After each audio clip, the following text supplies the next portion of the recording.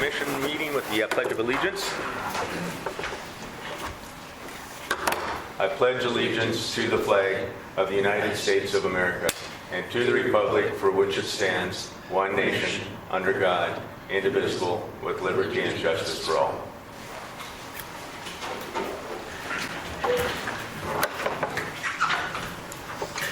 Okay, Paul, there's no oath or anything that you take for the office, but you were duly elected.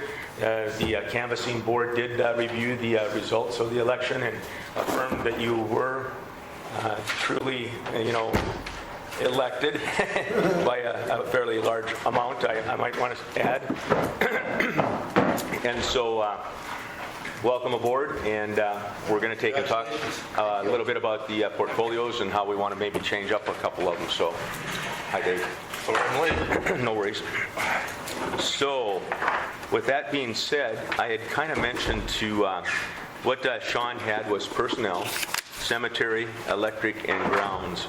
I kind of talked to Levi about the fact that maybe we could move the EDC underneath add that to your portfolio, and basically the hours aren't working out for Levi to be able to take and attend the meetings at 5:30. So again, Levi, if you continue to, if that's okay, I'd like to do that change up.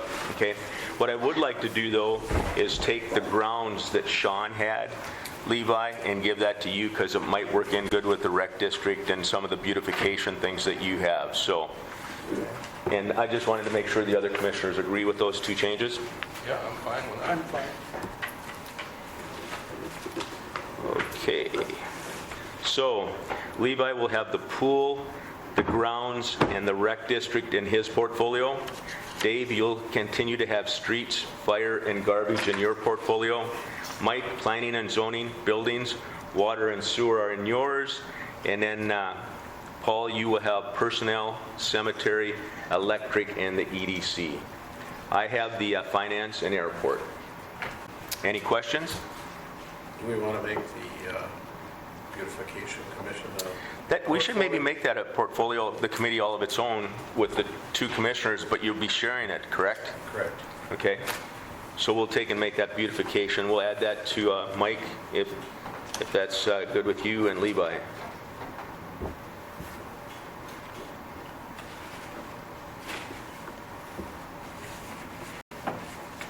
Okay.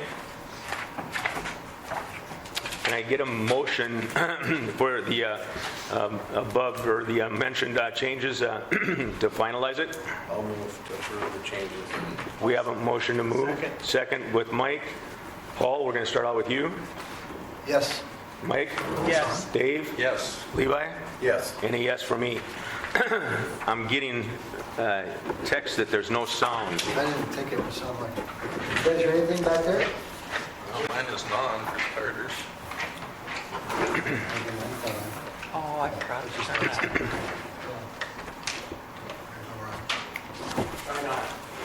Testing. Works if they're on. One thumbs up or two thumbs up, Jared? Yes. 4 or 5. You holler if we're not loud enough. Thank you, Levi. You're welcome. Works better when they're on. Okay. Thanks, Levi. Moving on to, has all the commissioners had a chance to take a look at the meeting minutes for the last commission meeting? I'll move to approve the minutes for the regular meeting and the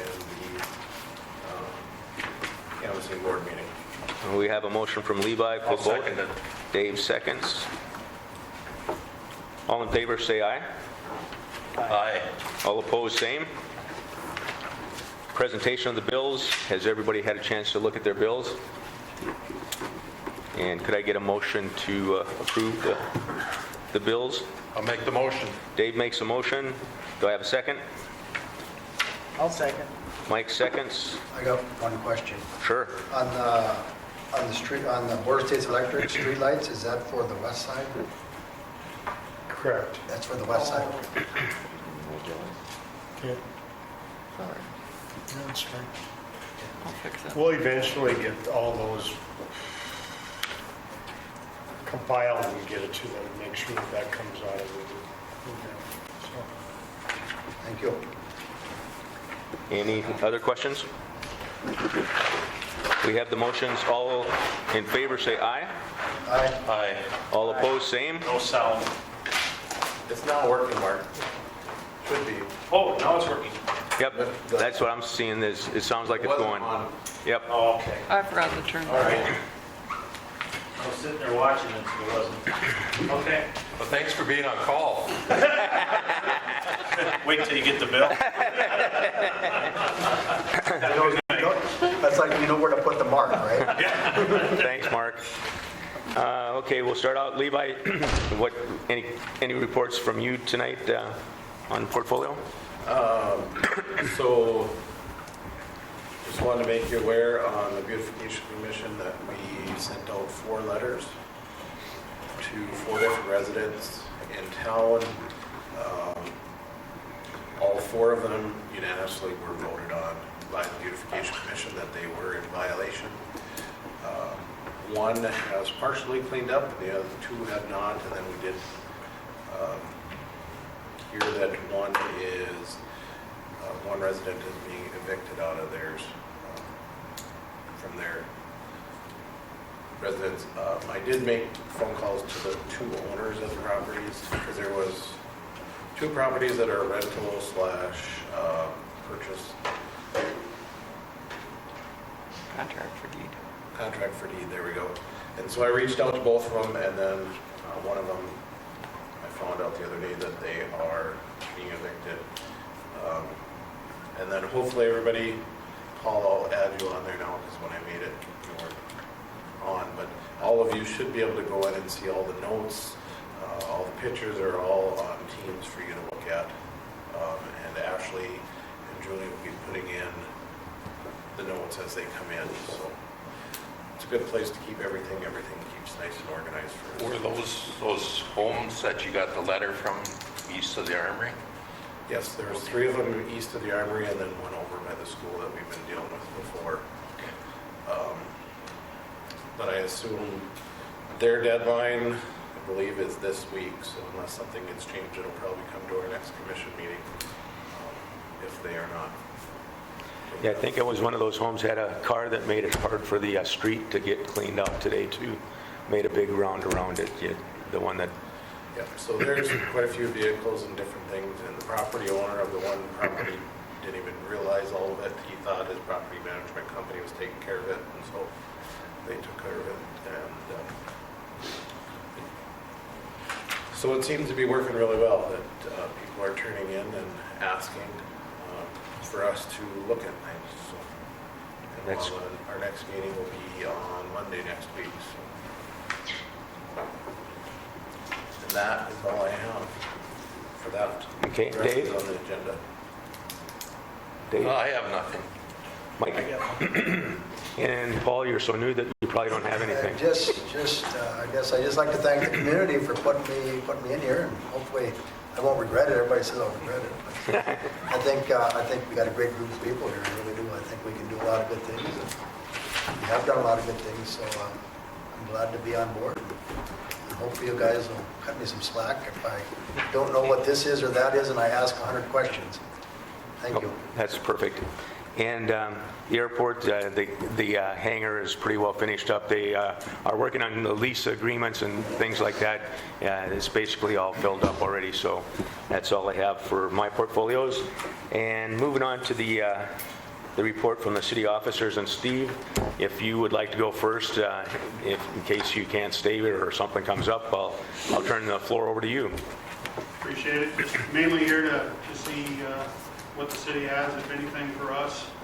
I know we were around today tagging some vehicles between calls, and there's probably some more that need some. I did notice in the city ordinance, I think it's 914, where it talks about parking specifically, and it talks about the penalty for in one section, or it says the penalty for that is a $10 fine, and behind that it has $20 in parentheses. So something maybe someone wants to take a look at and rectify there, just so everybody's on the same page as far as what we're doing there. Okay. And then I guess for my edification, I was reading in the snow removal policy, it talks about the city will send out notice when cars need to be removed from the streets for snow cleaning.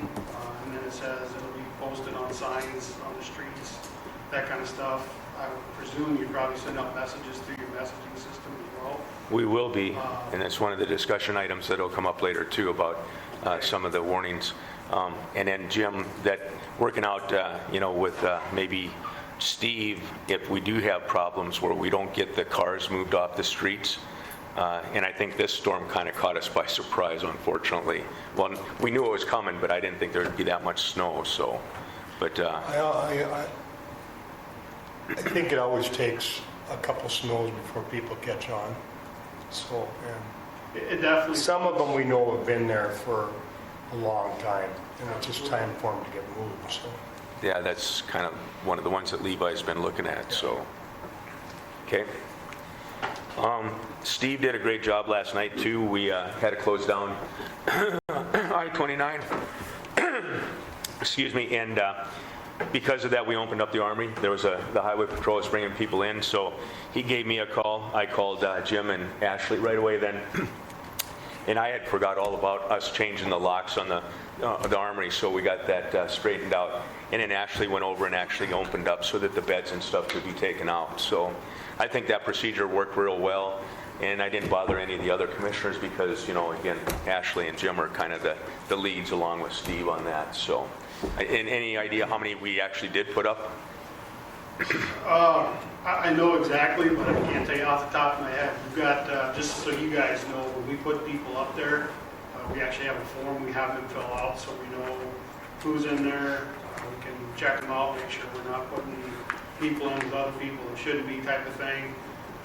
And then where their vehicle, where they came from, where their vehicle's at, that kind of stuff. So we keep tabs on where all these people are coming from, where we got to get them back to, where the cars are, that kind of stuff. So it went very well last night, with the exception of the key thing.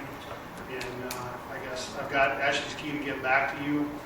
If you can maybe talk amongst yourselves and think about it, maybe get us a key for that so we can access that room when needed. And then the only other thing is, in the heat of the storm like that, there was quite the snow pile out in front, and I don't know that there's anything we can really do about that.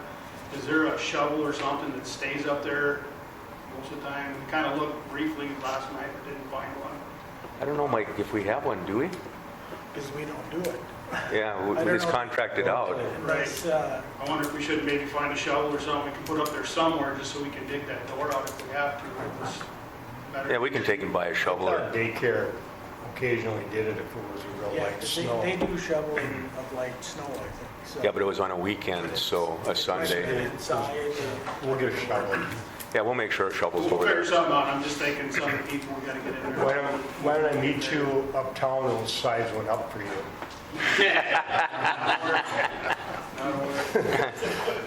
And I was kind of surprised that Steve said that there was people last night after they brought him to the Armory that still wanted to go back out on the road after they were closing the road down.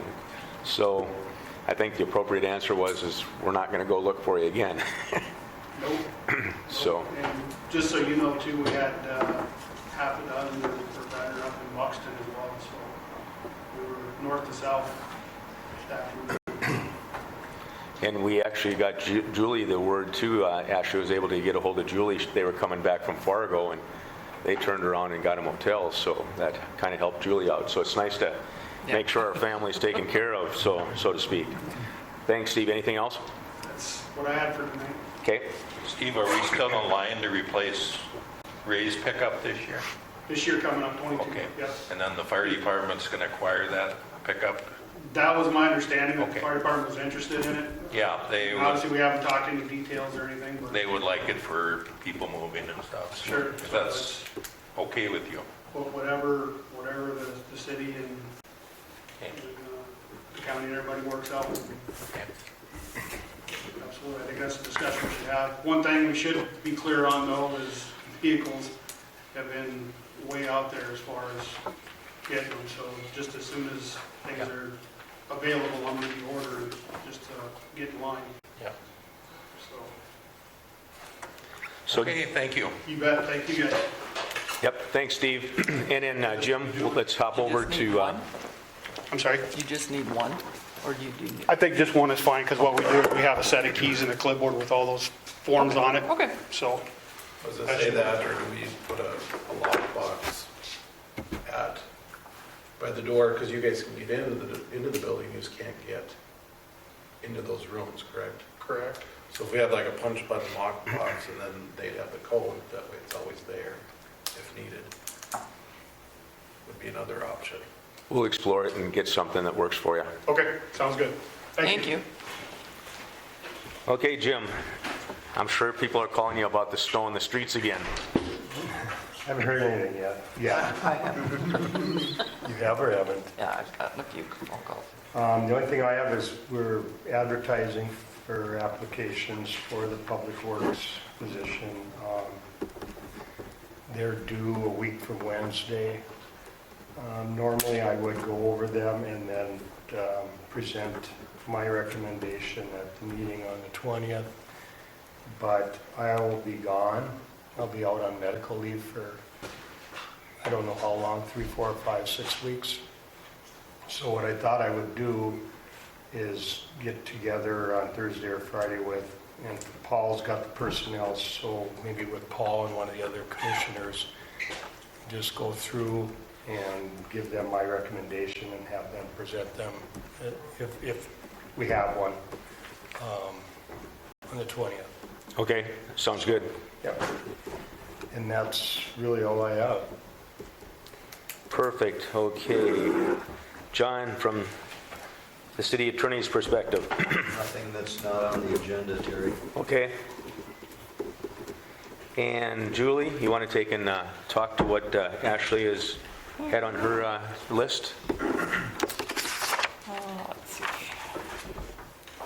She was asking if we would follow the county for the December holidays, getting off at noon on the 23rd, all day on the 24th, and all day on the 31st.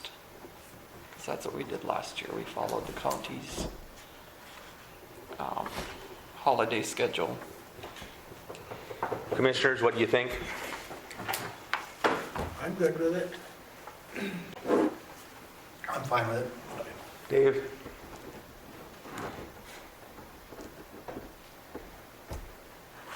Yeah, I'm okay with that. I was just looking at my calendar. It's Okay, refreshing my mind here. so Yeah, I'm okay. can we make a motion then to abide by the county off time then for the Christmas Eve and Christmas? Also, Levi makes the motion. I'll second it. Dave seconds. I guess we got to go all the way around. Levi? yes.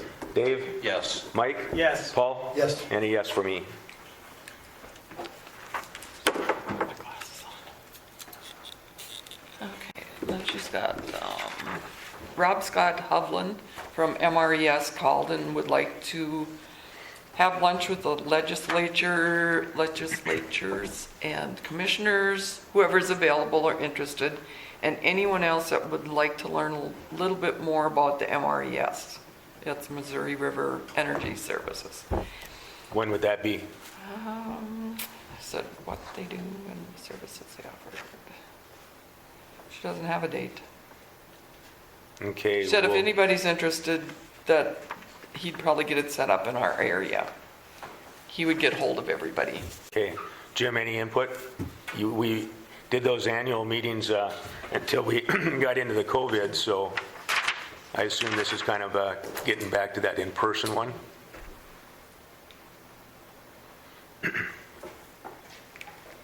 Yeah, I'm not sure what I they're, don't know who that is even. he used to run the Bright Star program. And, Oh, okay. Bright Energy. Yeah.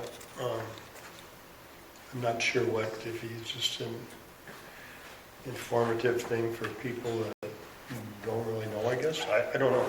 Should I Okay. find out more information? Yeah, let's get some more Okay. information and send it out. Okay. Just making the public aware of Maybe who it's they Bright are and what they're Energy. doing for us. That's what I would think it probably is. And then we have the HBA wants the road closed from the hardware store to the community center for the Christmas carnival on Sunday, December 12th. And the carnival is from 3 to 5 p.m. I'll move to approve the closing instructions. We have a motion. Do I have a second? I'll second. Mike seconds. The street closure. Okay, Dave, Yes. Mike, Yes. Paul, Yes, Levi, Yes. and a yes for me. So the road will be closed. Jim, anything that you have to do? So they make sure they contact us and remind us. Okay.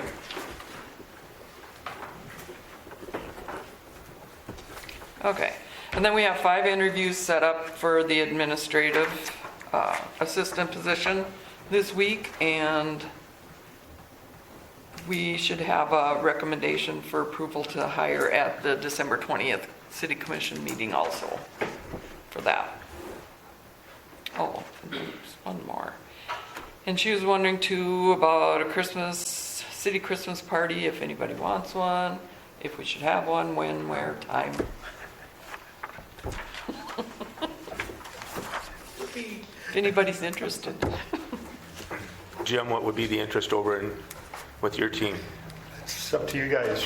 I mean, like I said, traditionally, in the last several years, we've had it at our shop, informal, potluck. I guess if you guys are interested, we'll clean the shop. Your shop's never dirty. Yeah, it means When will you be going on medical leave? after the 20th. After the 20th. Yeah, So we would have to do it before then. unless I don't have to be there either, You still have to bring pot and luck. If you can make a recommendation of a kind of a late day, 1 or 2 days, and shoot it over to Julie and Ashley, and we I'll can. do that. I would guess it would either be that we've got 2 weekends, so it would either be this weekend or next weekend, say Friday evening, the 10th or the 17th. So Okay. I'll throw it out there in the morning and see what kind of response I get.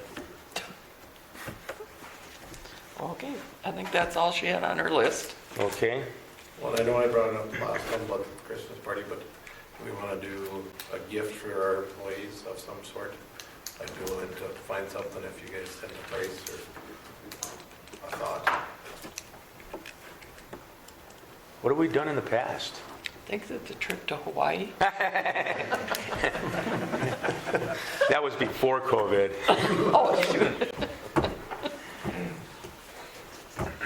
$25 in Hillsborough bucks, that's what the Yep. tradition has been. Yeah. Okay. Do we want to keep the tradition going, or do we want to up it $5, or? I'll make a motion to do $25 Hillsborough bucks. Okay, we have a motion. Do I have a second? I'll second. Paul seconds. Any other discussion? Okay, let me start with Mike. Yes. Paul. Yes, Dave. Yes. Levi. Yes. Okay. $25 Hillsborough bucks. Okay. Okay. And you're going to take care of that then? Who's I going to, you going to take care of it? Okay, Julie. you want me to tell warn Sheila? Yeah. Okay, moving on now to, let's see, Steve, you're going to be up on a couple projects here. You want to take and go up to the microphone so you're on? Yep. You confused me earlier when you said Steve could go first. Oh, Somebody else started talking. But we got 3 projects on there. One of them is the water and sewer project, and we'd like to get that bid probably either on the 20th, start the bid on the 20th of December, or one of the early in January. We got a couple things on the list still that we need to get wrapped up, and I think it might be Julie's and John's stuff in there. Did you get copies? John, did you get copies of the email? Some of the items are still waiting on. Yeah, I think The only thing from our office was a question on the bond attorney, and I emailed Carrie on that today. Okay. I thought that had been taken care of some time ago, but it's taken care of today, so we're good on that. All right, well, we'll try to wrap up all of the rest of them items and then come back on the 20th, and if we get approval from the US, with this project, we have to get approval from the USDA to advertise. So once all their boxes are checked off, then they say we can advertise, and I'll, if I can get it done by December 20th, commission meeting, I'll come back and request set up a date for bidding. Sounds good. Prices haven't really changed much. That's kind of why we put it on hold. There's two things, price and availability. Well, there's a little more availability for pipe, but prices haven't really changed much, so we're hoping that if we get an early bid here, we can get something going. Okay. But I'll bring that back as soon as we get everything ready. The next thing is the paving project. We've been working on coming up with a citywide paving project. Right now, the question we have right now is with accessible parking, accessible sidewalks. If we have to put a sidewalk ramp at every sidewalk at every intersection, there'd be eight ramps at every intersection, which would be like $1.5 million to do that throughout town. So we're trying to come up with a more feasible plan and maybe come up with an accessible route instead of having every sidewalk converted over. Once we get that figured out, then we'll continue on with our meetings and come up with a paving plan to present. Okay. Do you have a timeline on that at all? When you're projecting to kind of have a number? Month, 2 months, 6 months, any type of timeline at all? It'd be nice if we could get something in January and then get it, if we gotta go ahead and get ready for bid. Thank you. Shortly after that. Steve, is there any way that we can tap into this all this money the federal government's going to give out for road and infrastructure and stuff? Or do we have to go to the state to do that? We haven't found out if there's any paving money coming down. The next item that I had on there, if I'll check with Abby in our office, she's the one that sits in Bismarck and tracks that stuff down. But last time I talked to her, she said there wasn't anything for paving that was available. You mean for just cities or? Any of the infrastructure money, I guess, that was slotted. See, it was 697 million is what they allocated out of the 1-point-some billion dollars. And so they're still trying to figure out how, there's a pot of money that went for infrastructure, but we're not sure how much and what type. But it goes back to Grand Forks is looking at an underpass for 42nd. They're looking for a new bridge and all those types of things. So I think it's worth our while to have Steve and AE2S continue to, there should be some money for paving, you know, I would assume, but I don't know how the infrastructure is going to break out, but they'd have to do paving for all those projects if they got them. Yeah, I don't know how that, I haven't got a queue to offer you guys any options for that yet. But the third item was the Clean Water State Revolving Fund, which is through the state, and there might be some money coming down through the state revolving fund. And if it comes, it might be as a grant. Typically, it's low interest loans that they put together, and it's for water projects. And typically, it's just a loan. So what we're doing is we have 3 applications on the agenda that we'd like you guys to approve, and so we can submit them to the state. We don't have to do any of these projects. They're on a list for 2022, where we would like to do them if the funding comes available. And what I was told is if we can at least get these projects on the SRF list and grant money comes down for them, the first thing they're going to do is look at their approved list and divvy up money that way. So what we did is put on 3 projects. One is updating the lift station on Loyal Avenue. The second one is repairing lift stations around town and replacing a bunch of the brick manholes. And the third one is the storm sewer that's associated with the paving project. So if that's the case, we can pull all the storm sewer out of the paving project, and that grant would go towards that money, or that part of that project. But right now, we don't know what it's gonna be or how much it's gonna be. We just wanna make sure that we get on the list. So if the money comes down, that we're there. So could I get a motion to take and approve the application for the 3 projects that Steve just listed? I'll make the motion. We I'll have second. motion and Mike seconds. Any discussion from the commissioners? Any questions you want to ask Steve before we take a vote? These are just applying for that, so when the time comes, if we're available, we're Yep, on the yes, list. if we're on the list, there's no requirement to construct them. We can push them off for a year or 2 or whatever, but it's just to get on the list, and we can deny we can reject the low interest loan that they're offering at the time, when it comes down. But this is just basically to get on the list for funds for next year. Thank you. Okay, we'll go to the vote. Paul? Yes, Mike? Yes. Dave? Yes. Levi? Yes. And a yes for me. So Ashley will sign them and send them to me.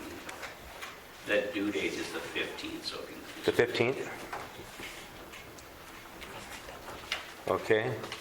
Anything else, Steve? I got one more thing if he's done. I'm done. Are you, maybe Jim, I don't know which one is that, are they looking at anything with like storm sewer or anything under the streets? If there's issues when we're talking about streets, is there areas that we should be Yep. thinking about? Yeah, we're working on, as part of the paving project, there's a couple blocks of storm sewer Okay, and fixing some drainage in a couple areas where we're doing a full street repair and curb and gutter. okay, But there are some low spots, or some spots that Jim's team had identified. good, good. With that, do we need to then look at running a camera in most of the lines so we can find out while we're doing this? Well, that's not always foolproof either, because I ended up having to replace a section. And we ran cameras through it. You can see the big stuff, but One, just question whether or not, I mean, that is an option to do that, but Jim's got a plan where he's cleaning in the city a quarter of it a year. we did that agreement a couple of months ago, Levi, if you recall. right, and I Yeah. knew that, but I just want to make sure that if we have something now that we should fix, it'd be... I just think that if Jim's got any areas at all that he's concerned about, that we make sure that we address them, because we wouldn't want to put a street down and then Jim says, well, maybe we should, maybe we shouldn't. I think it's something we really need to look at if you have any concern at all. Well, there's bad stuff out there. We can spend the money in camera things. There's always going to be excavation. You're going to put a street down and there's going to be digging in it 6 months later. It depends upon how big of a can of worms you want to open up here. I believe it. We're trying to get through a street project here alone, and that's kind of where Steve and I talked about this SRF fund. Was he started talking about some of the mains and doing that, and we could camera those on that project. But I said we need to address the manholes and lift stations more. The water seems to be moving. With the better maintenance, I think it'll move better. We don't get a lot of blockage calls. The system's in rough shape. It's come to its age, and there's a lot of old material in there. And I mean, whatever. If you guys think we should start looking into that, we can start looking into it. I'm trying to take one step at a time here. If you started that, that would be a year process of just going around doing that and fixing all those. There's also an option of lining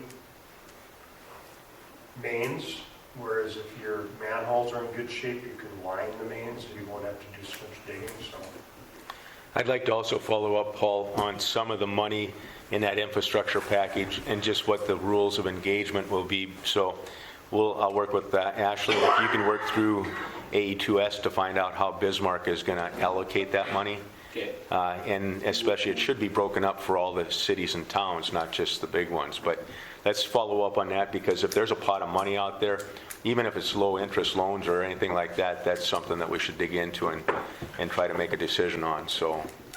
I think we just need to have the conversation, because somebody's going to, if they have problems, they're going to say, well, why didn't you fix that then? You can basically say, hey, we talked about it, and we decided at the time that it just wasn't worth, we didn't think it was bad enough. You know, anything can happen, but at least I think the public needs to aware that at least we considered it. Just like building anything, you know, yeah, that deck would look nice, but can you afford it? The same way here, it'd be nice to fix all that stuff, but is the money there? And we can, when we're doing our quarterly maintenance, we can, I mean, they have to be clean to be cameraed. We can camera a quarter every, but it's going to take 4 years to complete the whole system, so, I mean, we can add that to our maintenance too. And if I remember right, the funds that we got from the federal government have to be spent by 2023. So Jetway, they don't do any inspection, they're just, that's who you use, right, Jetway? Right. They don't do any It's two inspection? different- Yeah, it's two different processes. You either have them clean or inspect or do both. Okay. What is inspection entail? Is that quite expensive? Another crew comes in with a camera truck and they basically, you know, run a camera down there, film it and throw it in your, Are you talking thousands of dollars? Or I have no idea. Oh, okay. I mean, I can get a quote, I mean, we have a quote on the cleaning. I can get a quote on, you know, camera per foot too, also, too. I Just think for we your should do small, that. just for your small project, you don't know what it was? Jeez, yeah, $7,200. Oh, wow. I think it was right around $1,000 when they came and did the pool. That was not. How much? I think it was $1,000 when they came to do the pool. I think Jim should get a quote and just ask him what they charge to do camera work. Yeah, and see if I remember correctly, Jim, wasn't it, we were trying to piggyback on Dakota Gas when they were doing some camera work too, weren't we trying to get them to also take a look at our stuff?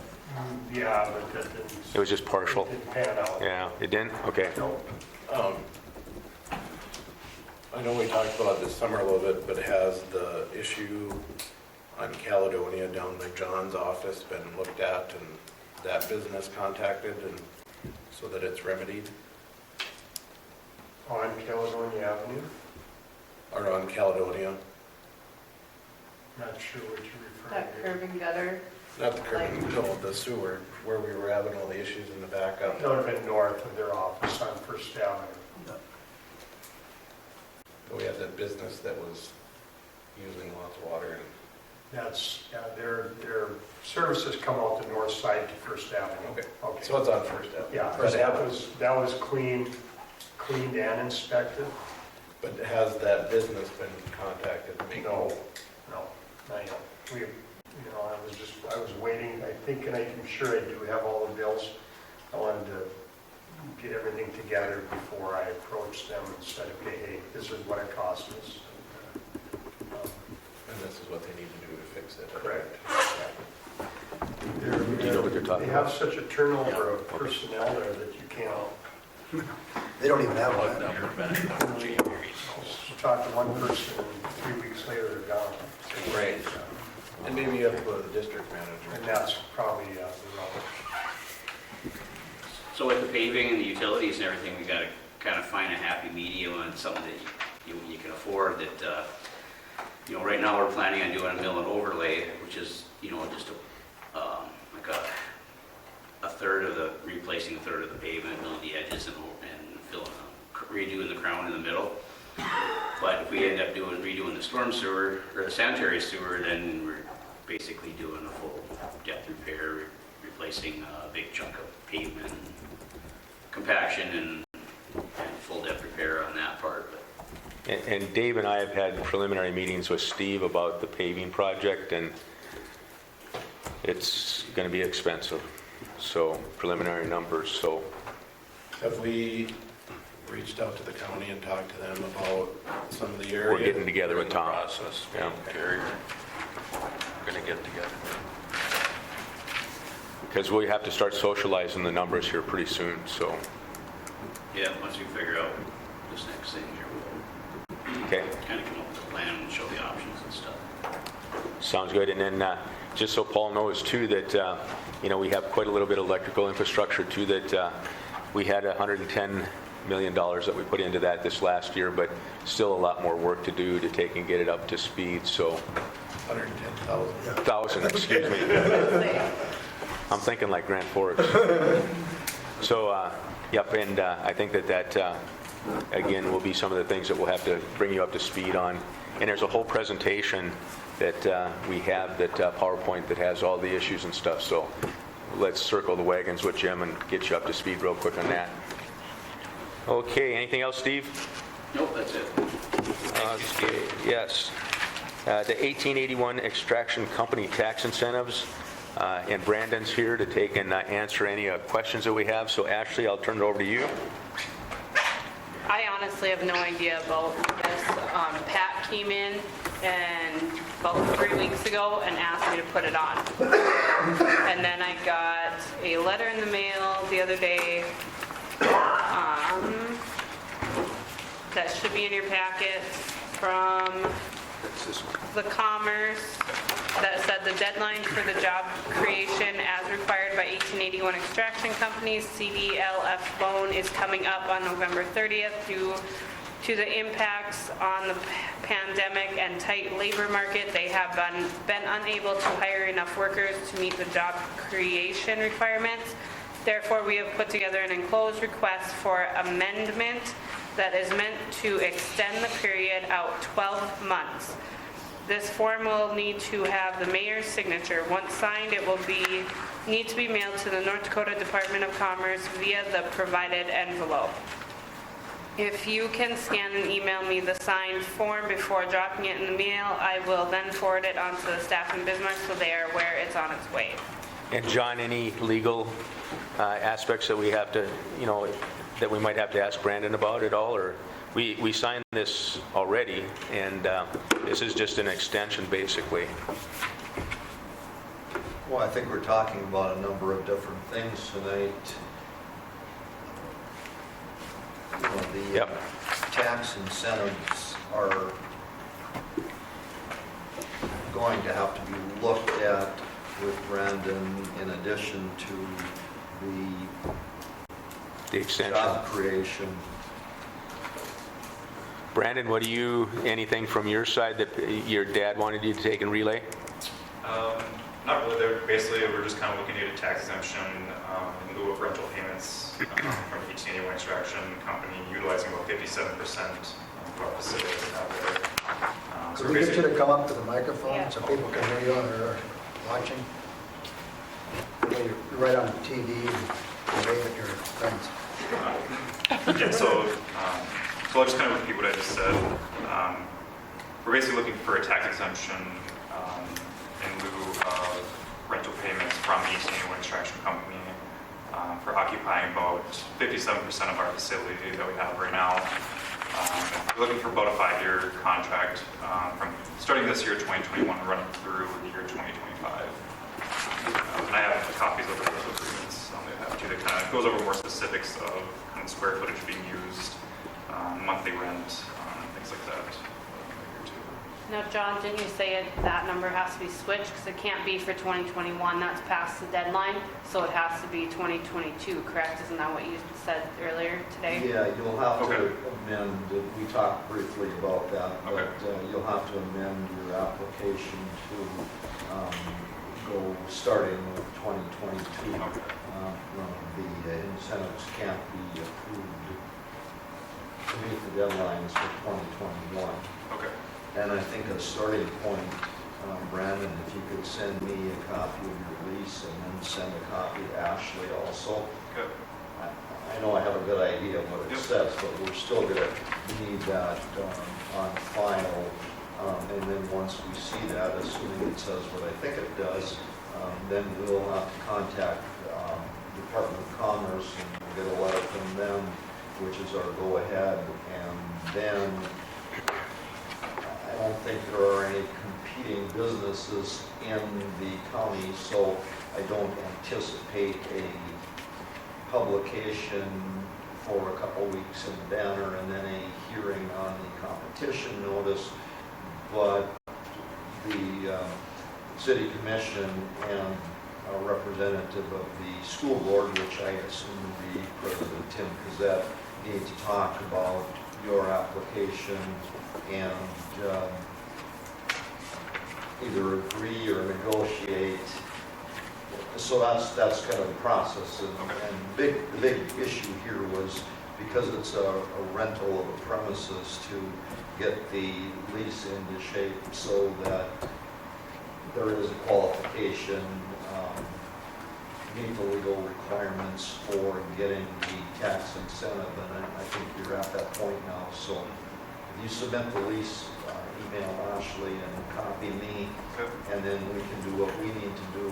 And I guess when you email the lease, if you could amend the application also, so that you start with 2022 and go. I think your request was for a 5-year pilot payment in lieu of taxes.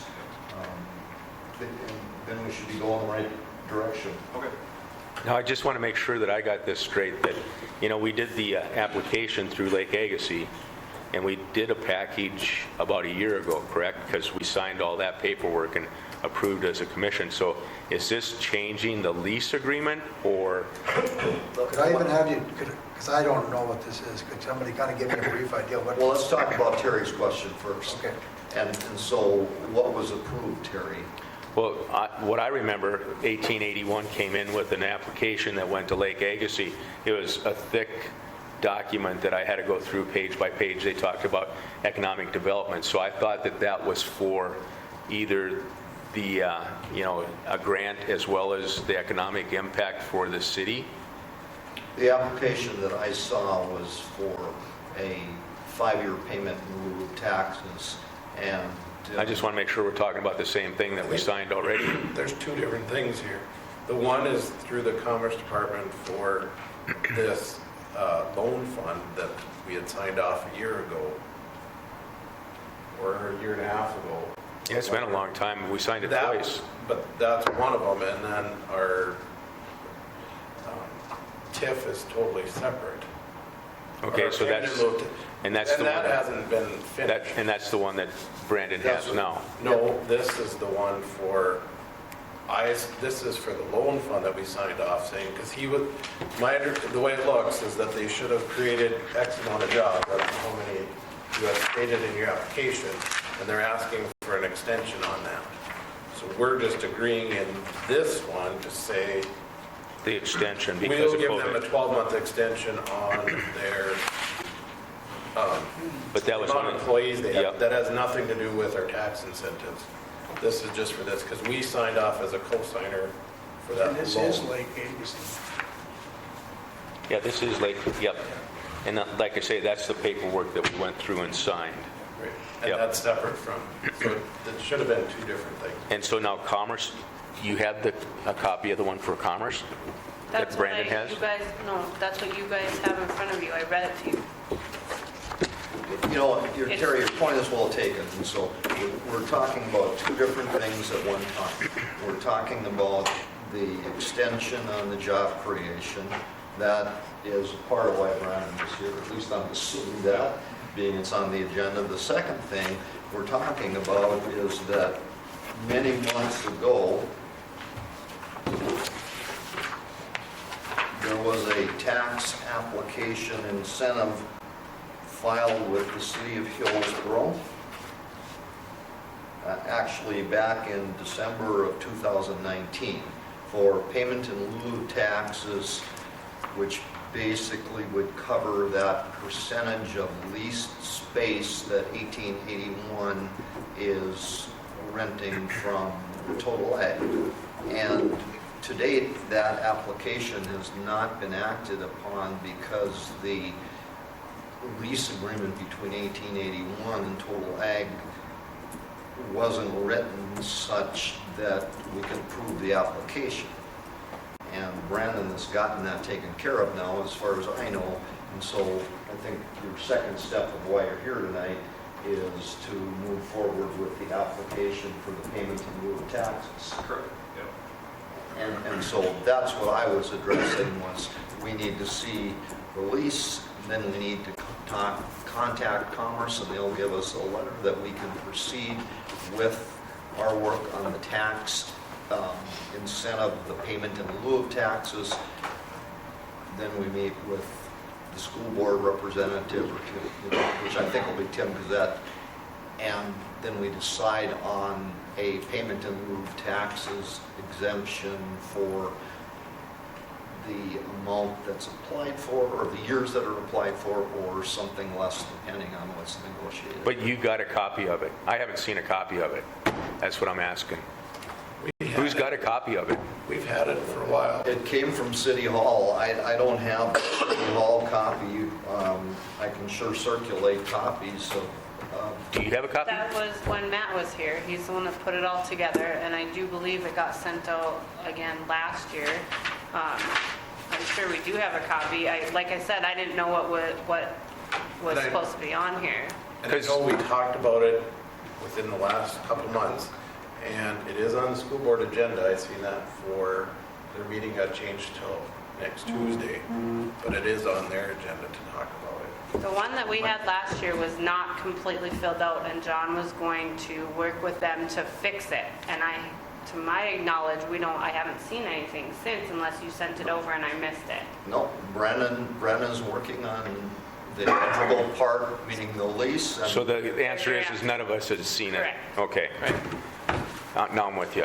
And again, and my point was that what was previously submitted needs to be amended because we're beyond the, I think it's November 1 or December 1 deadline where the submission can be approved for this year. We can't, we're too late, so. The 30th of November is gone. Yeah, so next year will be the first year that we could prove the tax exemption. And then figure out the years, if we want to go 5 or less, and what the terms will be. Okay. Because like I say, that Lake Agassiz stuff was like 25 pages long that we did. So I assumed that a lot of that went into this current request. You're aware then that the school board meeting, has that been? Well, I don't think that they're meeting on Brennan's application because that hasn't been finalized to where it could be approved. I think what the school board will look at, and I could be wrong, I haven't seen an agenda, but I think what the school board is looking at would be the application that came from Degelman Industries. You know, we've got that hearing on Maybe that's what the one I seen, sorry. 20. It was one of them. No, that's, Okay. I know it was one of them. yeah. So, and then any questions, Brandon? You understand where we got to go with the lease and everything then before we can take any extra action on it then? Okay. Anything else, John? Like I say, Brennan's been doing the heavy lifting to Okay. get us where we can consider the application and move forward with it. and we can motion for this to take and get the extension.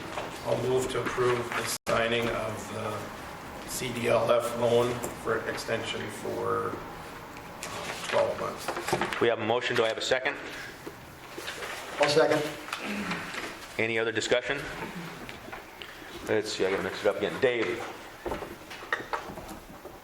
Yes. Mike? Yes. Paul? Yes. Levi? Yes. Yes for me. Okay. And I'll sign that with Ashley when we get over at the meeting. Okay, moving on to the Red River Valley Water Supply Project. I kind of had an email exchange with John, and then I talked to Jim about, this is something that has been in the works for quite a while, but they're getting close now. They've been starting to work on it, and I wanted to have the commission, reappraise, and it's this letter here about the Red River Valley water situation, and I'm going to ask Jim to kind of give us an update on some of the things that we visited about, if you don't mind, Jim.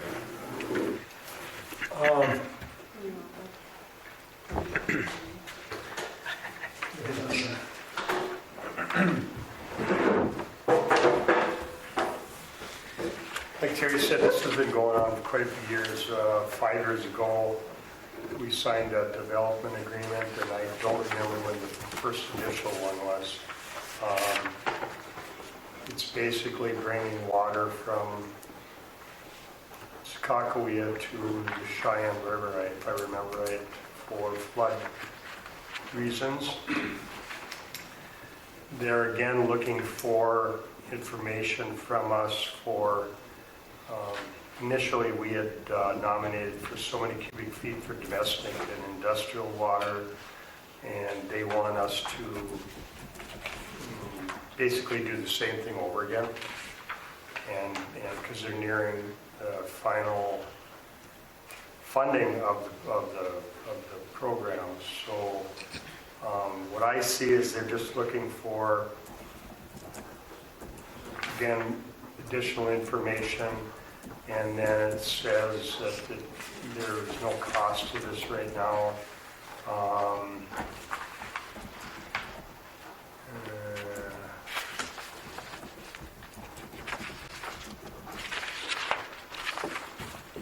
It looks like Fargo, Grand Forks, and Garrison have been covering the costs. So what they'll do is we'll give them information, and then we'll have another meeting, and they'll, I'm assuming, tell us what our cost of it will be, and then at that point, then we make a decision whether we want to continue on. Yeah, and it's coming from the Missouri River. It's going into the Carrington system, and then from Carrington it goes into north of Lake Ashtabula that comes down into the Cheyenne River, and it's for drought. So what they're trying to do is make sure that the Red River stays flowing through 2075, I think is what I remember, Steve. I think you were at the conference too, weren't you? Well, I'm actually working on this project. Okay, and so now I kind of looked at the Goose River is kind of a feeder into the Red River, which helps Grand Forks eventually. But are we as a commission willing to, and like Jim says, it's Grand Forks and Fargo have been paying our share of it, and then they got a bunch of infrastructure money from the legislature this last time. So Steve, add on to the detail, all the details you can, so. Yeah, what it is there's been 3 or 4 times in recorded history where the Red River has dried up. And it's dried up in the past, and what I'm trying to do is avoid that happening in the future. Because that happens in the future, there isn't going to be any water in the red to provide everybody that draws water along here. And it's right now they're planning a 72-inch diameter pipe that's going to go from McCluskey all the way across to Cooperstown, like you said. And it's mainly for drought. They're going to get it up. Once they get it up and running, they'll probably provide water for other sources too. But I think the last time you guys chipped in on it, I can't remember what the dollar amount was, but it was pretty small. I think it was 10 grand, That wasn't very much. Yeah. I think. And that was just to get in on the Yeah. entry level of it and get going. And, you know,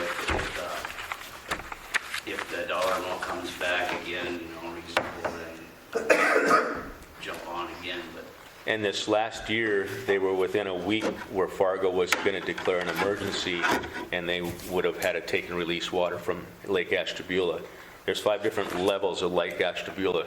Everything from game and fish to the cities have different portions, cubic square feet or whatever it is, of how they measure the water. So, I mean, this last year, they almost had to take and pull the trigger.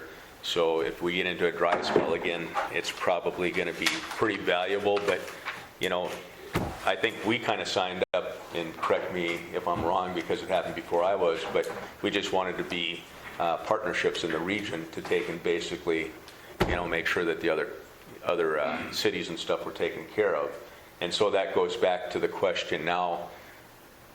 We have to answer these questions at the bottom and the top of the letter here.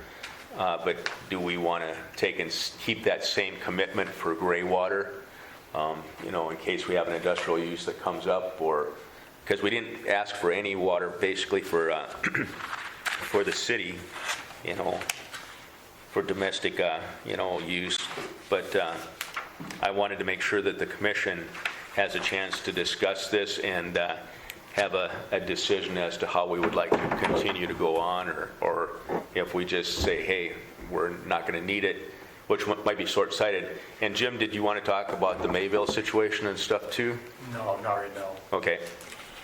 So, we would partner with other cities probably as part of this project, and that's one of the, they talk about the Trail, Hillsborough, Mayville Extension, Cooperstown, Mayville Extension. So, again, I'll turn it over to the commissioners to start asking questions, but I think it's worthwhile to take and have a discussion about it. Because they called me up and basically, asked me to take and get this moving so that they can decide if we're going to be playing or not, or it drives their budgeting process basically. And it's an expensive program. Do you remember how many? The 2 billion? I wanted to say 2.3 or something like that. This year they put in 1 mile of pipe, and then next year they're hoping to put in 10, and then maybe 30 or 40 miles the next year. But the 160 miles to go, so it's gonna take a little while to get it going. Yep. So Steve, if, for example, if the red dries up, the chances of the goose rot drying up is probably pretty close. So if we go by an extension, how much are we going to have to put in to try to get water if we needed it? Or Jim?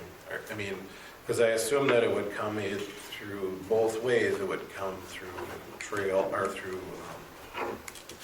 the water district. But how are we going to tie into that if we needed it? I asked the same question. Do we pipe it up from the red or not? That's one of the options in the questionnaire is, what point of connection you want and route of service. So that's something that they were looking for our input. Yeah, there's a lot of different options for connection. At one time they're looking at, originally it was just going to dump it into Cheyenne and it's going to go through the red. Everybody along would pick it up. And then I've seen maps also that show like a huge network of rural water like systems that take this water and take it out to all the entities and provide water that way. So, if you guys have questions, is this from Kip? No, it was Steve Durian sent it to me. Okay. But then that's going to take, even if we use the rural water lines, we're going to have to put in new lines because you're not going to take raw water and clean water or filtered water after in the same lines. What's Neil say about this? I haven't talked to him. He's always been very supportive, so as we have. But that's a good point.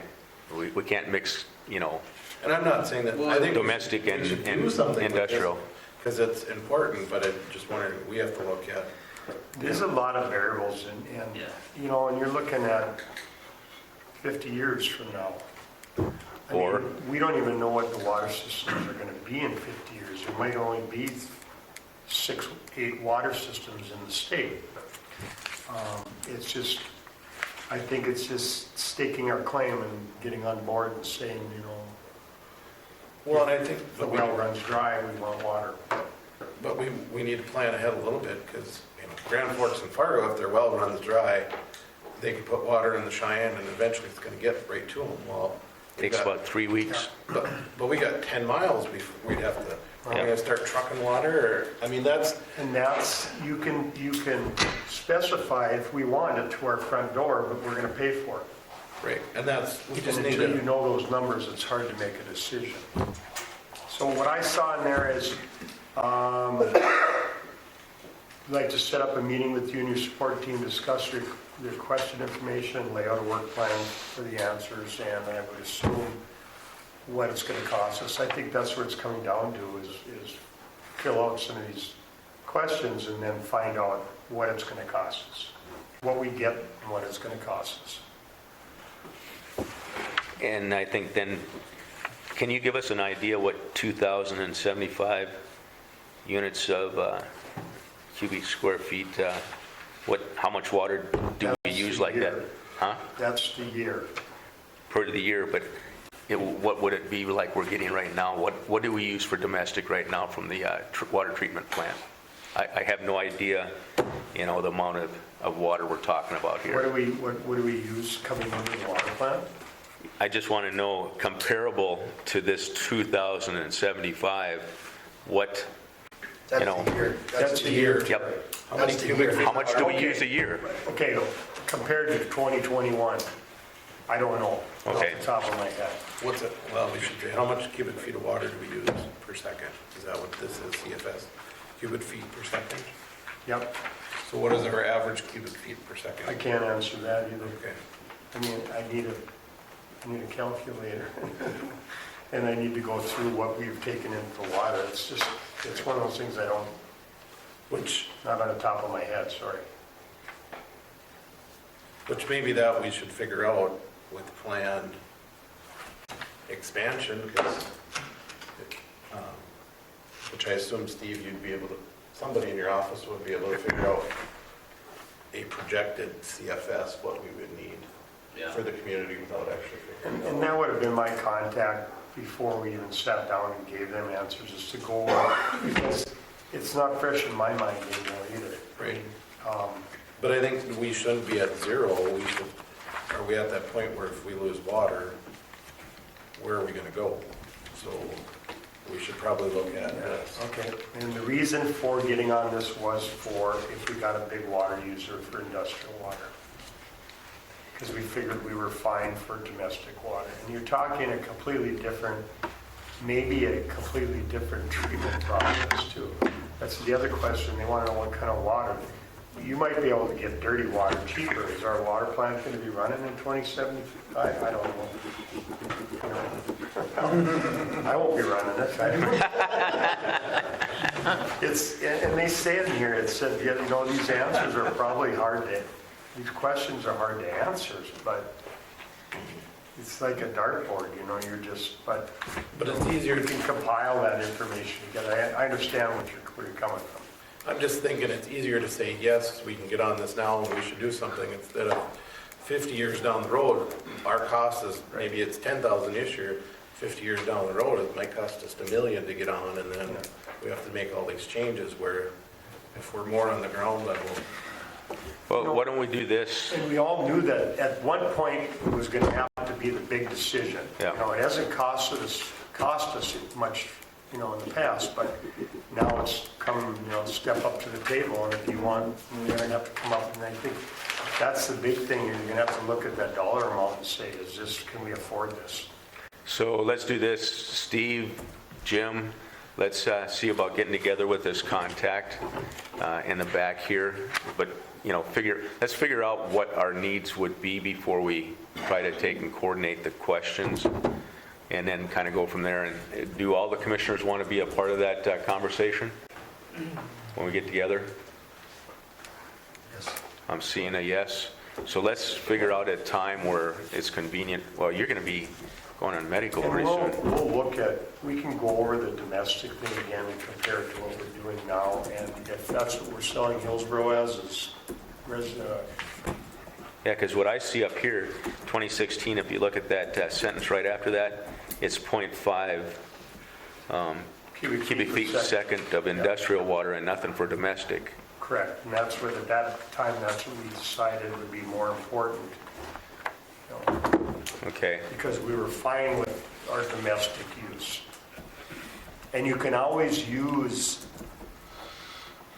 the industrial water for domestic if you want, if it's treated to where you want it. If not, then you treat it. The water traveling through that pipe is only going to be partially treated, they're just going to Yeah, take some of the stuff out of it. chunks, yeah. It's still not drinkable, so the intention is the end user would finish treating it. Okay. Well, let's try to see when we can get another meeting going and get everybody. It'd be nice if we could do it before you go under the knife. That'll have to be, If you got any questions. that will have to be published and everything, right? Okay. John, you see anything from your side legally that, you know, again, these answers that we provided will probably lock us in this next time? I agree, so I think you're on the right track, and meeting with Steve and looking at Okay, needs and usage. okay.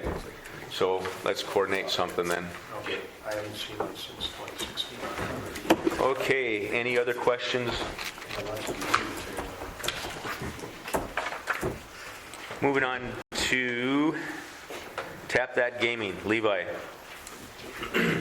Yeah, so I was contacted by Tap That, and their gaming is going into 2 funds through North Dakota Community Foundation. One check is going to the fire department, which sounded like they should have seen that already. And then the other one, Tap That wants it to go to for a new swimming facility. So what this agreement would be, because we don't have it set up, this would be the same thing that we're going to work through with our local community foundation, because it's all through the North Dakota Community Foundation. Basically what it is allowing us to sign this agreement. They will put it into a separate fund that would be specifically for the swimming pool. We would have the final decision on it. On where the funds would go, and they would keep it for 5 years, and after 5 years, if there isn't a plan for a new pool or something changes, they would then reevaluate it, and we could look at where those funds would go. But ultimately, the foundation has the final say on it, is my understanding. So basically, we just have to sign. I know they put my name, but you don't necessarily, you can change that. I was gonna say it should almost be signed by Terry, I would think. Would that make a difference, or? No, I think we just need to contact them and just have a new different ones sent. But What's the management fee going to be? it says 3% is the one-time fee.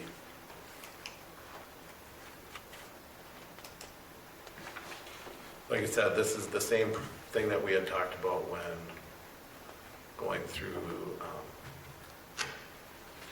Ms. Kritzberger here in town, through the local foundation, the Hillsborough Foundation. It's the same group, it would be the same agreement. So how does this work? They would send the money to this foundation? Yes. Money goes into the Pay a foundation. 3% fee for everything that goes to that foundation. Yep. They would hold the money for how long? For 5 years, and then they reevaluate, and it could re-up again for another 5 or whatever. So what if for some reason you wanted to pull the money out after 3 years or 4 years? Then we can pull the money as long as we're using it for swim. Okay, and are they're investing it, I assume, is what they're doing? I would assume so, yeah. I'm not Just sure. like the community foundation we have in Hillsborough. Right, I'm on that board, they work. this is the community foundation that's in Hillsborough. This is the, So this is Ange's? yep. We work with the state group, and they manage foundations for many, many communities and individuals for the state, throughout the state. So they invest it then or not? Or what is it, just sits there? Or? Yes. Okay, and does anybody have a clue on what their return has been? Their website, we get an annual report from them, and they've been very productive. We got a higher rate of return this year than any other year. I've sat in the grant committee with this group for 10 years, and they work well with us. They provide us with a lot of services. The local foundation group, free of charge. That 3% covers a lot for us. And And then- Tony has seen this and Yep, with Tony the was 5 the one that years, he's okay contacted with me. that? If we don't do anything in 5 years, he's okay with that? And do we have an idea how much the gaming is getting over there? She said that it was about $3,000 per quarter is what we would see. And that includes the fire department? It would be 3,000 for us and 3,000 for the fire is what I was told, but I can't remember her name off the top of my head. What does this mean? It says final decision for the use of the monies in the fund are under the exclusive and full legal control of the foundation. So that means that ultimately the foundation has the ultimate control of the money. They will use it, how she explained it is that after that 5 years, if we don't use those funds and we're not doing what we said we're gonna do with them, then they have the exclusive right to do what the foundation would do with it. What would be an example of that? Where I don't think like, it's if we ever- didn't use it for a pool or what? If we didn't use it for a pool, so we could, let's say we didn't do a pool, and then we changed how we were gonna spend it, she said, and I asked her, you know, if we did something for outdoor recreation or recreation in town, and they said then that would probably be okay. It's just, they wanna see that that money goes towards the intent of what the money was put in there for. So could it go to the Hillsborough Foundation then if we didn't use it in 5 years? Their 501c3 that we have for the community? This is them. This is the North Dakota, and we're just a part of it. But it's still, it possibly could go into their fund, yes. I suppose. Who makes that decision? That would be up to the community City foundation. commission, it says right there. Not the final decision. If the city commission can, they can recommend it, but what I'm saying is if we recommend it goes to a rec program or some sort, like you say, and if they feel that it's not appropriate use of the funds, they can deny it? Correct. I'm going to jump in here. I'm not familiar with how this agreement would be applicable to the city of Hillsborough. If you look at paragraph number 1, the foundation gratefully acknowledges receipt of $blank from donor. Hillsborough is the donor, so That means the money has to come to us before we can push it out. and I think you're going to find, and I don't know if there are changes I'm unaware of, and maybe the foundation knows this and knows, and that's why they put the form together, but, you know, unless, well, basically, municipal corporations cannot make donations. No. That's prohibited by our Constitution. There's a specific authorization for community hospitals that was somewhat recently passed to give the power to the city commission or city council of a governing body to make a donation for a community-run hospital. But beyond that, I'm not saying the concept doesn't work, but in the form this is written, I'm not sure we can do what the foundation is suggesting we can. Seeing now, I don't if the think money we went, have the authority to make a donation. because we don't fall under a 501c3 status. And so if you gave the money to the Hillsborough Community Foundation, they could then give it to a I swimming don't pool? think we can do that. He did. No, I mean, if they gave it, He did give the check to the Hillsborough Foundation, but we don't have the means to accept it because we can't dedicate funds. The foundation advises to do this method of having the city accept the funds and set up a separate fund. Because the funds that the foundation accepts aren't dedicated to specific projects. It's a collective fund, and then each year the interest is taken and we distribute those in grants. They're done every year. Just had a meeting a few weeks ago to distribute the funds. But he did give a check to the Hillsborough Foundation, and the state foundation advised us that it has to be handled differently, that we can't accept it as a separate fund and administer it as a separate fund. but you as a 501c3, as a foundation yourself, even though you fall up underneath North Dakota, you could take and use it for the things that you would yearly do grants for. We use the interest from the funds that are invested. We don't use the funds as a whole. They're continue to be invested free to draw interest off of. I know that the original check from Tony came to the local foundation, but we can't accept it with the conditions he's applied to it. That's what we were told at our last meeting, and that's why the state foundation was investigating how to do it. To meet the request of the donor. Did the check go right to the fire department? We haven't had a meeting, so I don't, if it did, we'll hear about it the next Tuesday. I guess I agree with John. How can we get in the middle of what his gaming receipts are you know, I appreciate and I like the idea that, you know, he's putting money towards a swimming pool, but, you know, I just don't see how we can be an intermediary for this. I was always under the impression that gaming money had to be requested too by an organization. Like if somebody wanted gaming money, like with the Vets Club, if they're gaming money, if I wanted money for my flag project or whatever project it is, I have to make a formal request and fill out a form requesting that money. And I'm thinking what we're missing in this because we don't have a pool fund organization, so to speak, set up that can actually request that money from this gaming. Correct, but then that's where this is what we are setting up for the pool fund. That was where we need to work on. See, and I think you're making a good point, Paul, that maybe it's time for a pool committee to be established that could then be, you know, requesting funding or taking care of it. But Then the next question is what can that gaming money go to legally? What kind of organizations can gaming money be used for? You got a whole list of gaming, you know, has anybody dealt with gaming before? You maybe have, but there's different entities that you have to write them off as for this particular code, so to speak, and what would fall underneath that code. Sheila could bring a sheet. I've seen the sheet before. There's a lot of things that the gaming money has to fall under a certain code in order to be given away, be requested. Because they have to fill out paperwork. When they give their money, there has to be a code, like when they do, for example, Christmas cash.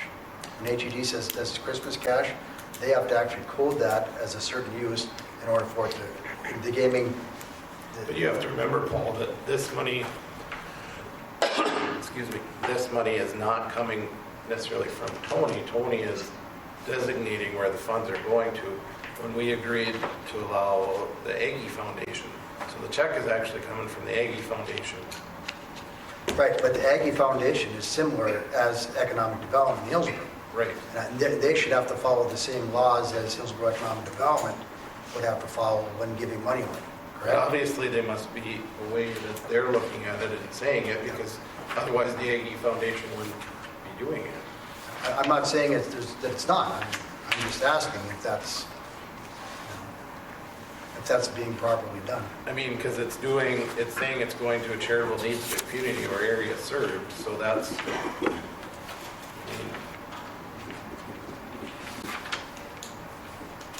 And I would assume that the Aggie Foundation has had this approved through their people, that it is a legal way to use that gaming money.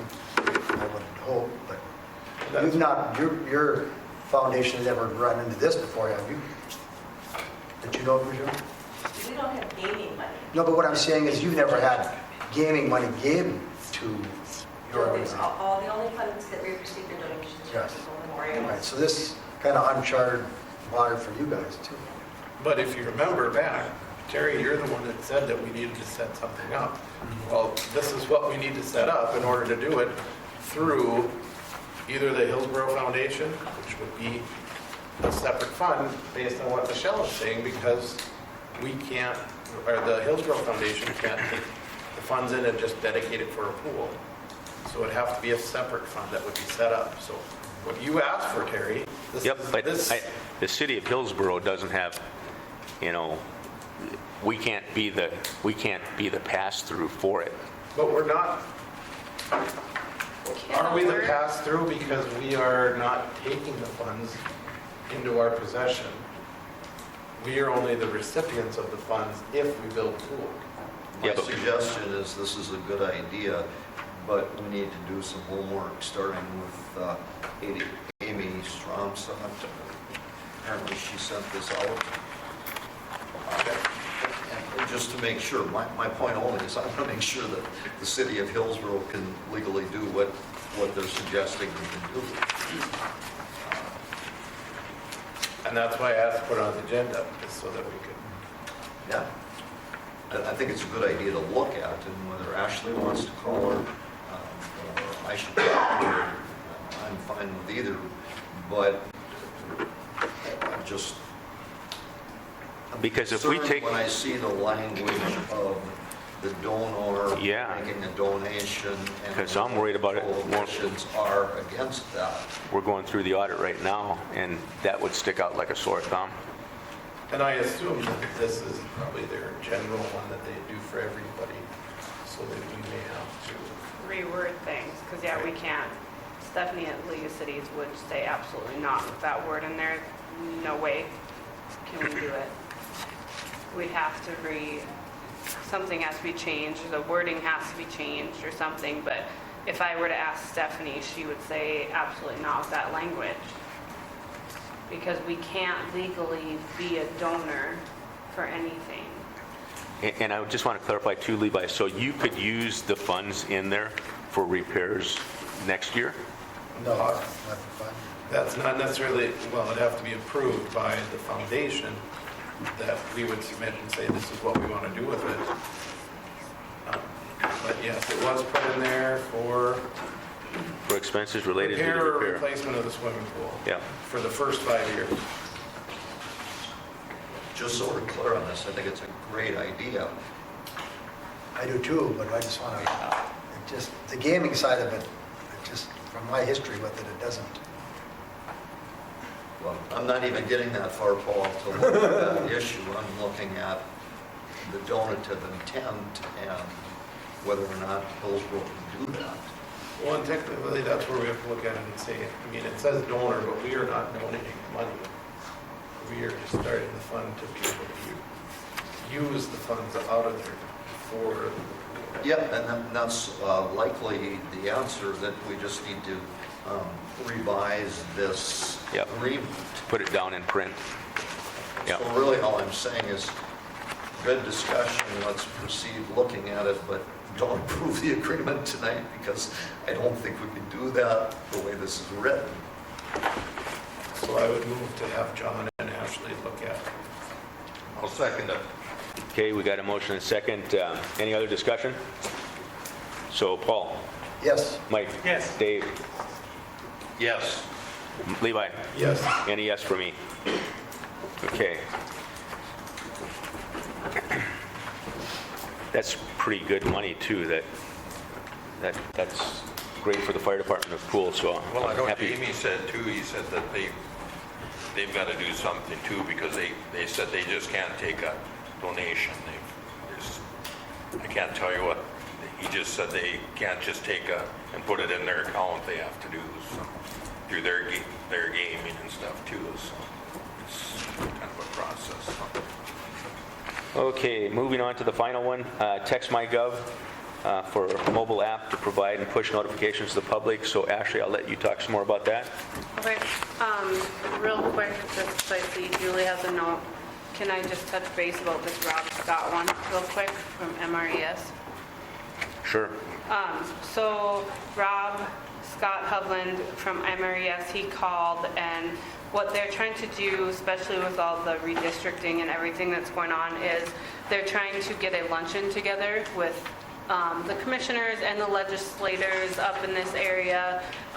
The MRES people are just to kind of get to know you type of thing, and meet you in person and have a lunch, talk, so that they can tell you a little bit about, if you don't understand what exactly they offer or provide, or along those lines. So that's what that's about. He just wants to know if you guys would be willing to sit down and have a luncheon with them, and if so, then he would get a hold of the legislatures up in this area to see when everybody can meet for a lunch and just learn more about MRES, what it does, and why it's important up here. I think it's a great idea, and we used to do them in the past. I know Jim's been to a couple, I've been to a couple. But where would you recommend we have a luncheon? I don't know, but we could even have something here and just, he didn't say it had to be fancy, he just asked if you guys would be willing to, and then he said he would take it from there, and him and I would have to work together on that. Sure, I think it's a good idea, so could I get a motion for, no, we don't need a motion, you can go ahead and contact them, right? If you guys are okay with that. Yep. Yep, go ahead. Okay.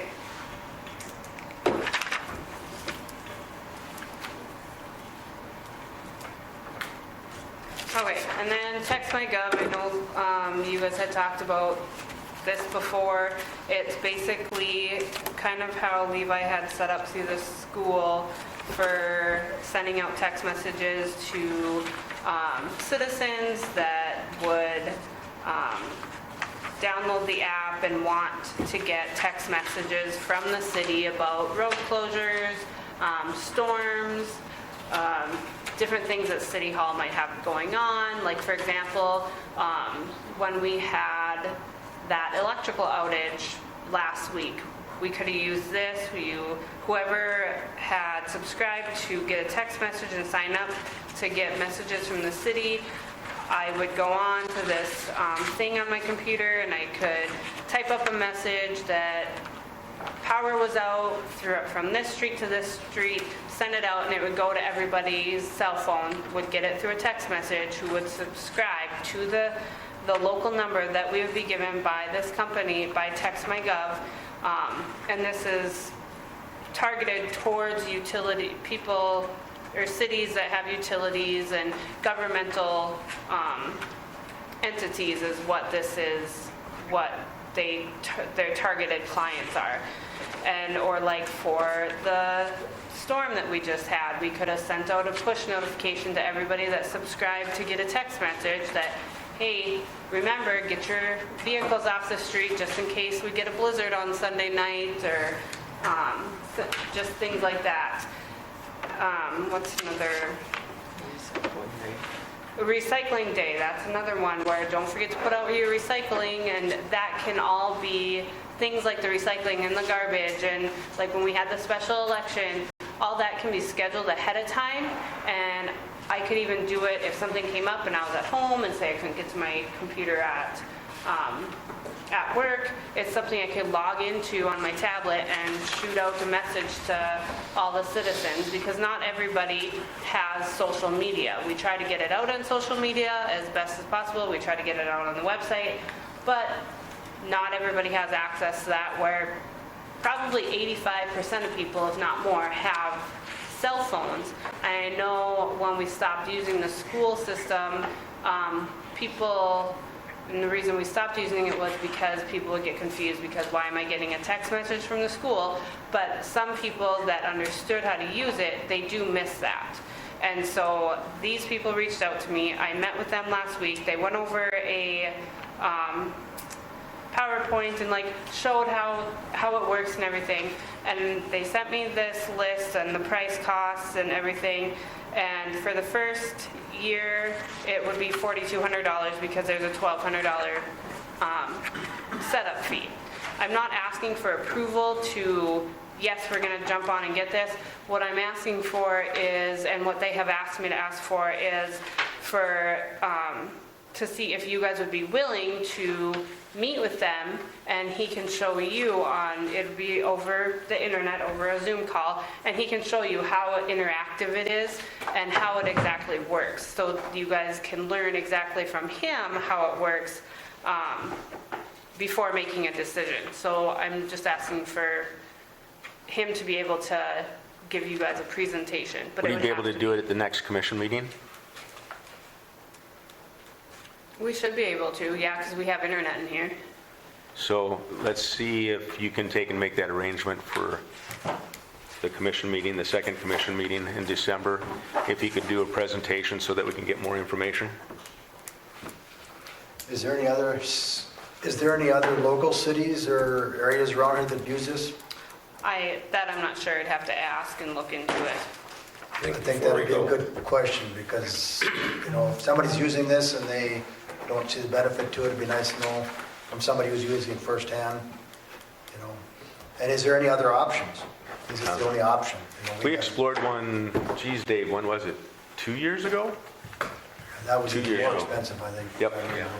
I know Becker County uses a system like this because I'm tied in when,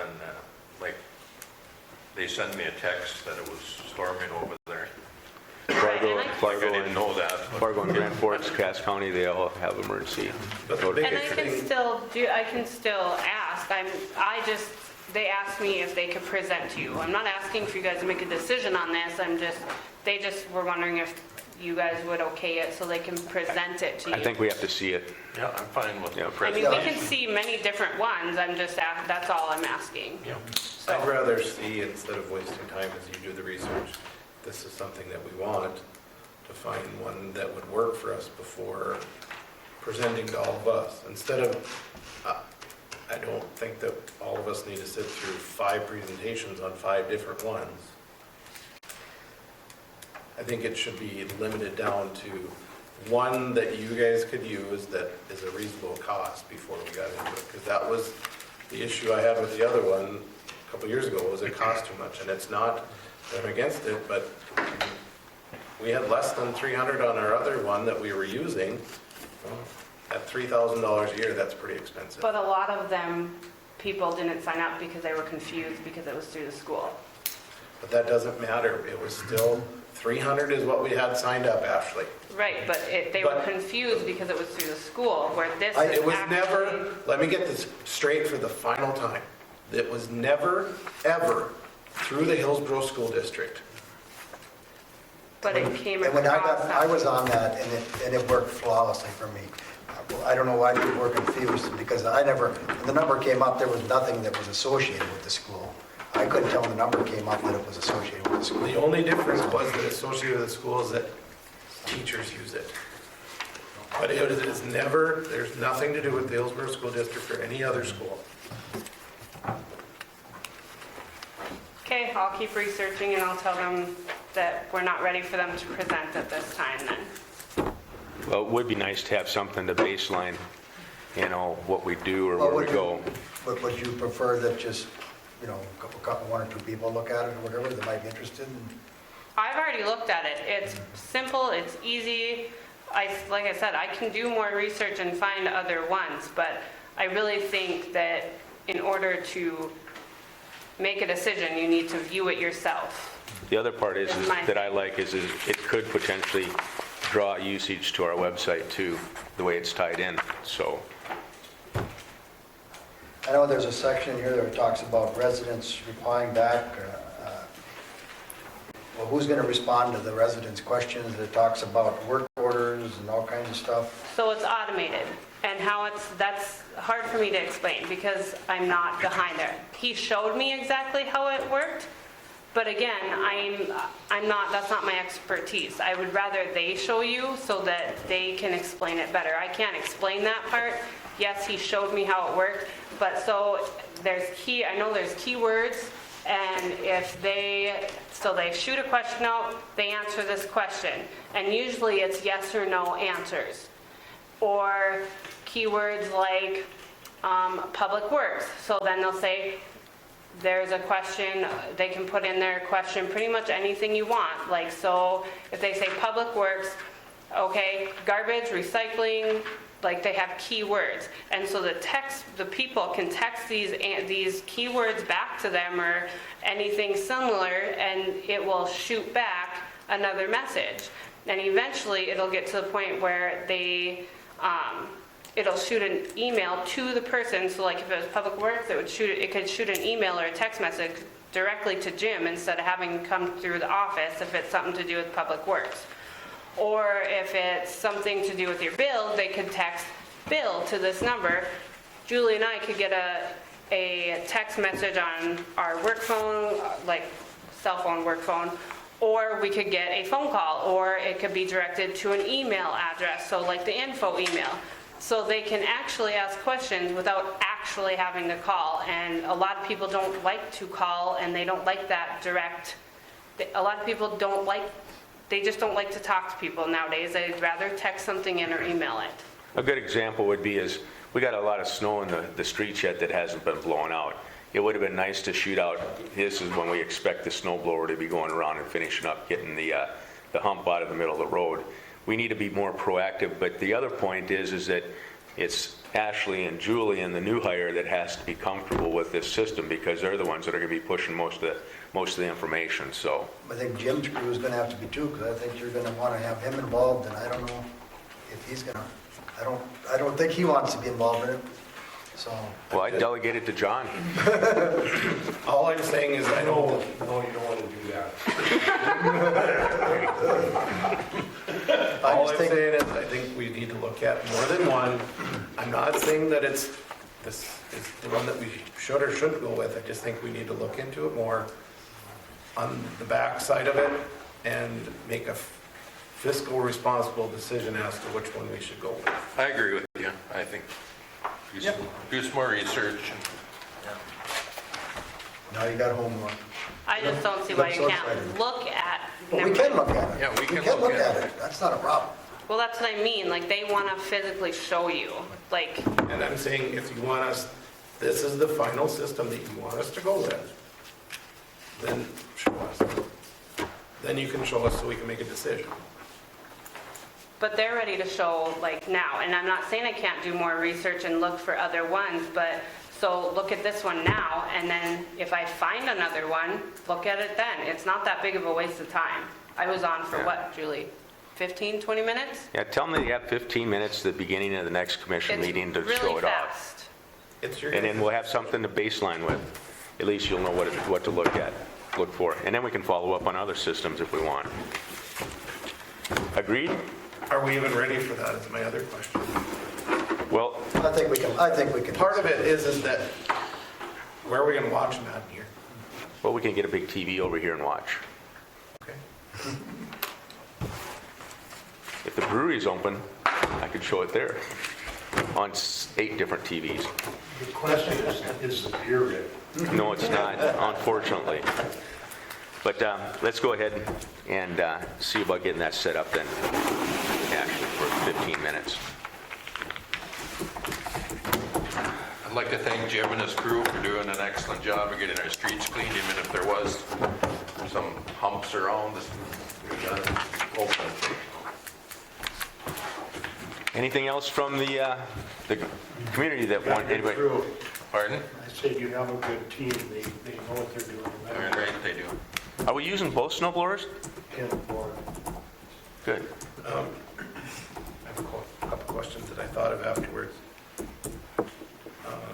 Have you guys had any work on the food truck? I haven't. For the last meeting and whether or not we. I know exactly what you're talking about. No, we're not there yet. Okay, and then the other one, have we heard anything back from the outside of the city use of power, water from? I have heard nothing from Allison or Brian in response to the contracts I sent out to them, the same ones that I sent to you guys. And then the last thing, I know it's new for Paul, but we had approved in the budget, but have we approved the raises for next year?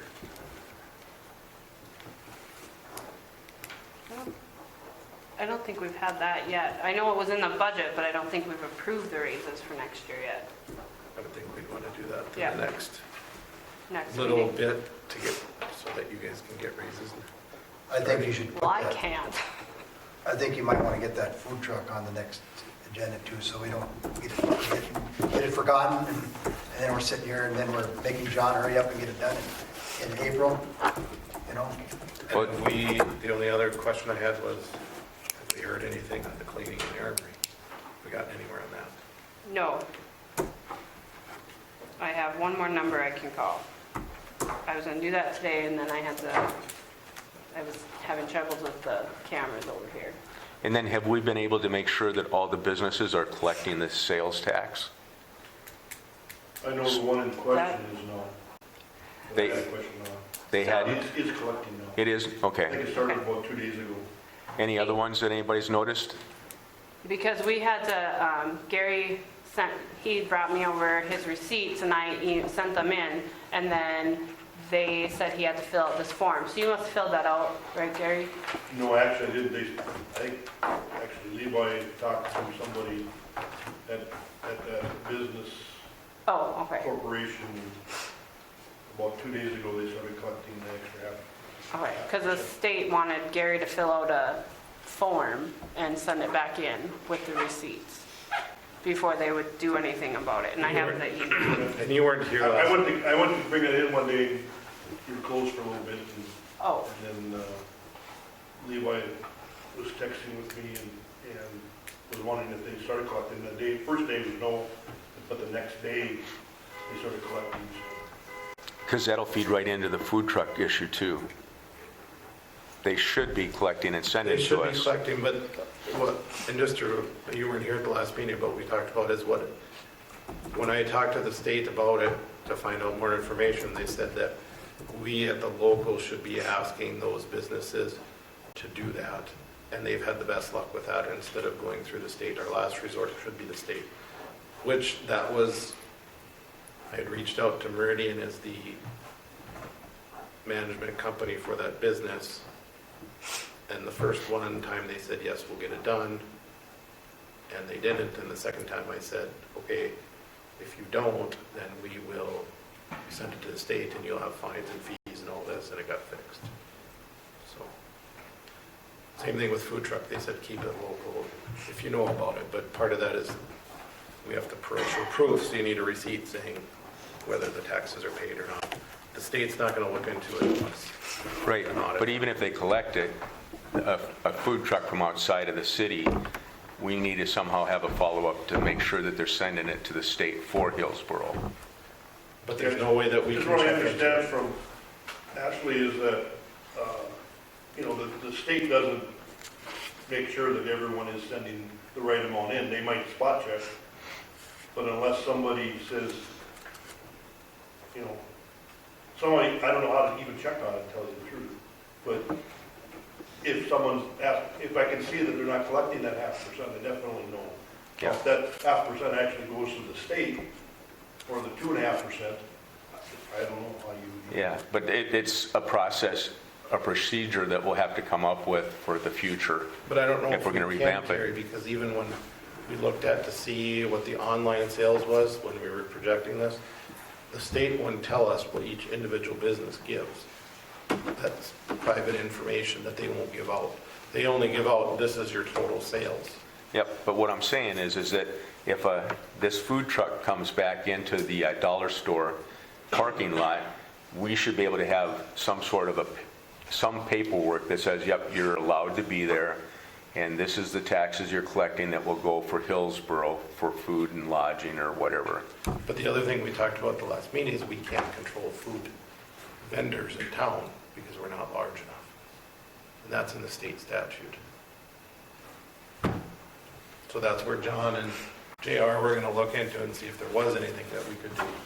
Yeah, and we just haven't gotten there yet. Okay? Which I don't think there'll be any We food won't trucks forget. any soon. We need to get two on the next agenda, or unless you want to talk about, it should be on the agenda. You had something you requested about walking the Armory again? Yeah, I'm going to take and get a hold of Mayville Estate and talk to them. So I think we should be able to make some arrangements, and Brenda brought it up. But even after hours when they're closed and stuff, if we could have early evening walking, but we have to have the entry procedures for people to be able to get in and out. So I think that there's a compromise that we can come to, but I have to reach out and talk to them and see what we can do.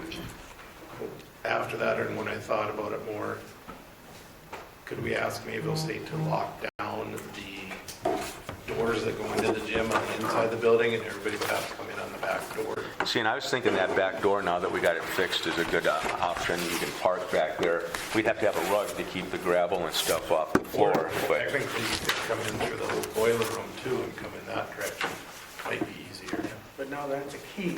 That's not a fob. Yep, and you'd have to take and have, I don't want a bunch of keys out because we just changed the locks. Well, we could go to a fob or we could go to a code lock that, would But then if we say, do- you can go in this times and here's your code and we Yep. know who's going in.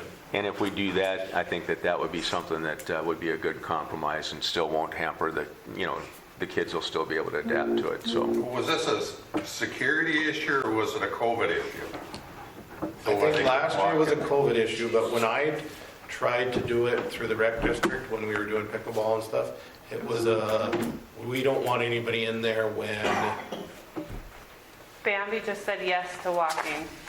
She just texted me, yes to walking is what she said.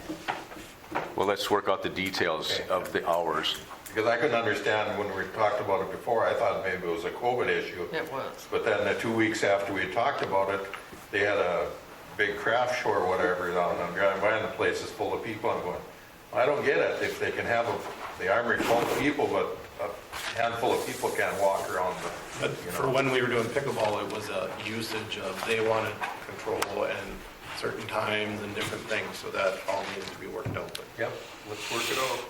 And this is probably going to be one of those years where it's going to be really slippery on those streets, so having a place to walk inside, I think, is going to be pretty important.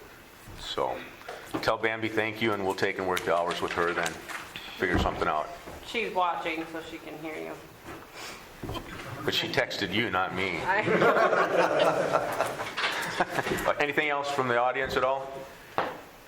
Do I have a motion to adjourn? I'll make a Levi? motion. I'll Dave? second it. We're adjourned.